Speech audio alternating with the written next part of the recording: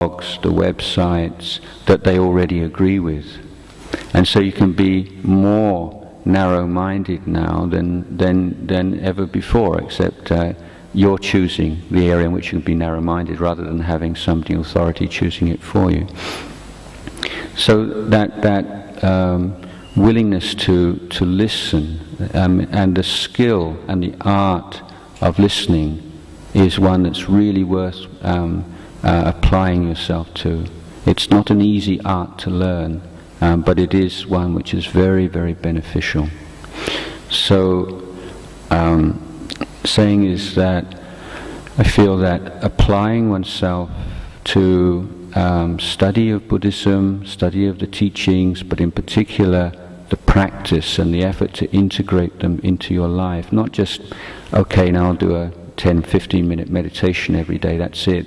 It's your life. It's a whole different way of looking at your life, and looking at your life in terms of things that lead to happiness, true happiness, and goodness, and peace, and wisdom, and for yourself and for others, and inclining your mind more and more towards them in the way you live your life. And those things that lead to your mind becoming dark and selfish and unfeeling and dishonest, then moving away from those things. And your ability to discern in daily life which is which, what's right, what's wrong. You develop this inner moral compass from this work of meditation, looking within more and more and more.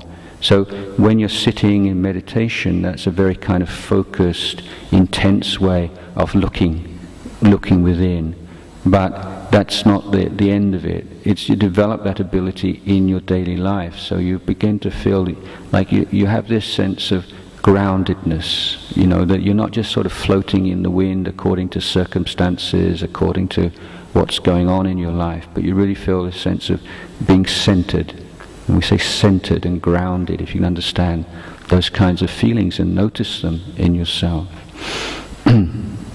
So really suggest that you try to take this away with you and to reflect on it more, read around. There's lots of stuff to read these days, and stuff on the web that you can look at, and there's all kinds of websites now where people can get together and talk about meditation and talk about Buddhism. And so even if you feel a bit isolated over in America or wherever you're living, and you don't have those many people there these days, that this is something that modern technology does give us. It kind of can give us a sense of community in a way, and a sense of a shared interests and peer group. So, applying this, said before about tension and grief. Just a very small point here is that when something unpleasant appears, physically unpleasant, mentally unpleasant, the instinctive reaction is, go away, I don't want to have to deal with this. This is, I don't need this right now, that's kind of feeling.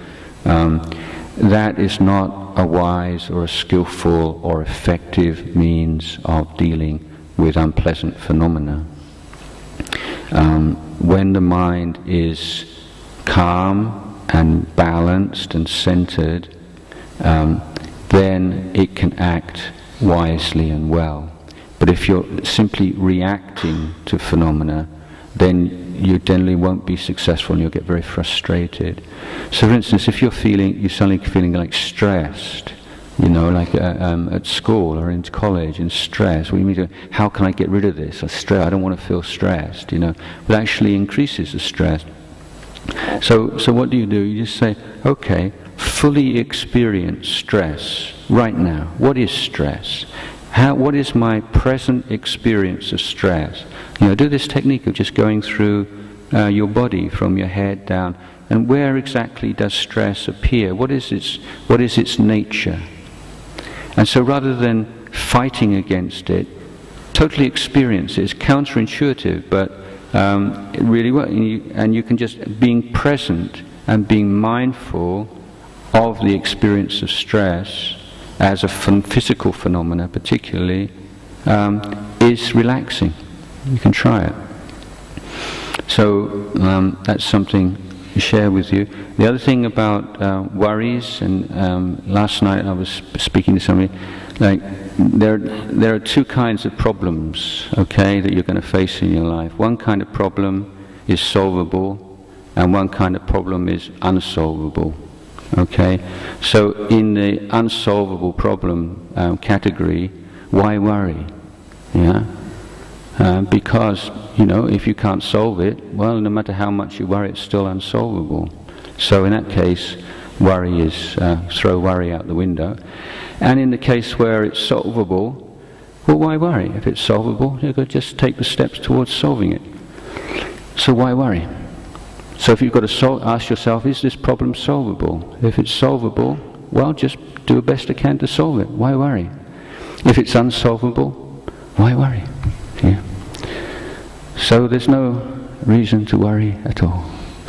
Yeah. It's just a habit and an indulgence, and you don't have to spend the rest of your life worrying about things. It's just a habit you've adopted, and it's a habit that you can let go of. Okay, so sort of anumotana for your attendance and your efforts. I've enjoyed having you all here again. I haven't had a chance to speak with many of you individually. Many of you have like familiar faces and can remember from previous times, and wish you safe journeys back to wherever you're studying or living, and wish you all success in your endeavors, and next year welcome you back again. Okay.